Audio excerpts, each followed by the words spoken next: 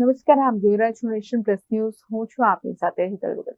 ડભોઈ તાલુકાના ગુજાલીથી કરાલીપુરા રોડનું રિસરફેસિંગ ₹2.42 કરોડના ખર્ચે ધારાસભ્ય શૈલેષ મહેતાના વરદ હસ્તે ખાતમુહૂર્ત કરવામાં આવ્યું છે.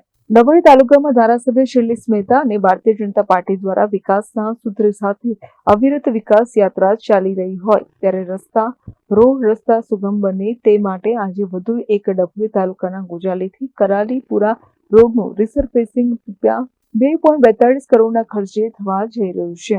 ત્યારે તેનું આજ રોજ ડભોઈના ધારાસભ્ય શૈલેષ મહેતાના વરદ હસ્તે ખાતમુહૂર્ત કરવામાં આવ્યું હતું.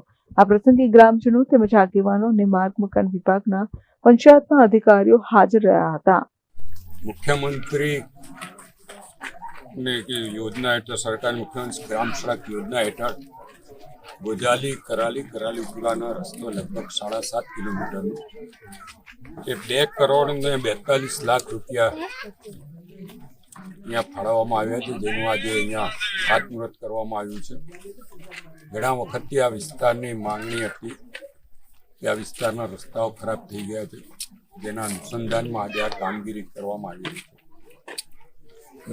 અમે બધે ઠેકાણે કહેતા હોઈએ છીએ કે જેના ભૂમિપૂજન અમે કરીએ એના લોકાર્પણ પણ અમે જ કરીએ, કારણ કે અમને આપણા વડાપ્રધાન નરેન્દ્રભાઈ મોદી આ શીખવાડ્યું છે કે જે ખાતમુહૂર્ત આપણે કહે એનું લોકાર્પણ આપણે જ કરવાનું.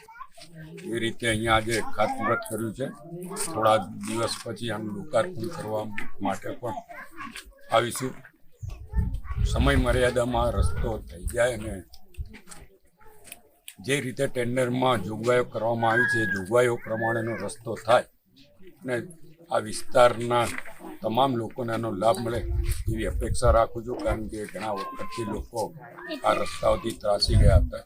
હવે એ લોકોને એક સારી વ્યવસ્થા મળશે ત્યારે ₹2.42 કરોડ જેવી માત્ર રકમ આ વિસ્તારને છેવાડાના ગામોને ફાળવવા બદલ હું મુખ્યમંત્રીશ્રીનો આ તબક્કે આ વિસ્તારના લોકપ્રતિનિધિ તરીકે આભાર પણ માનું છું અને તમામ ગુજાલી, કરાલી અને કરાલીપુરા ગામના તમામ લોકોને અભિનંદન અને શુભેચ્છા.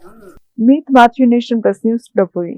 સમાચારોના સતત અપડેટ મેળવવા માટે અમારી નેશન પ્લસ ન્યૂઝની યુટ્યુબ ચેનલને સબસ્ક્રાઇબ કરો, બેલ આઇકન દબાવો અને જોડાયેલા રહો ફેસબુક, ઇન્સ્ટાગ્રામ અને ટ્વિટર પર.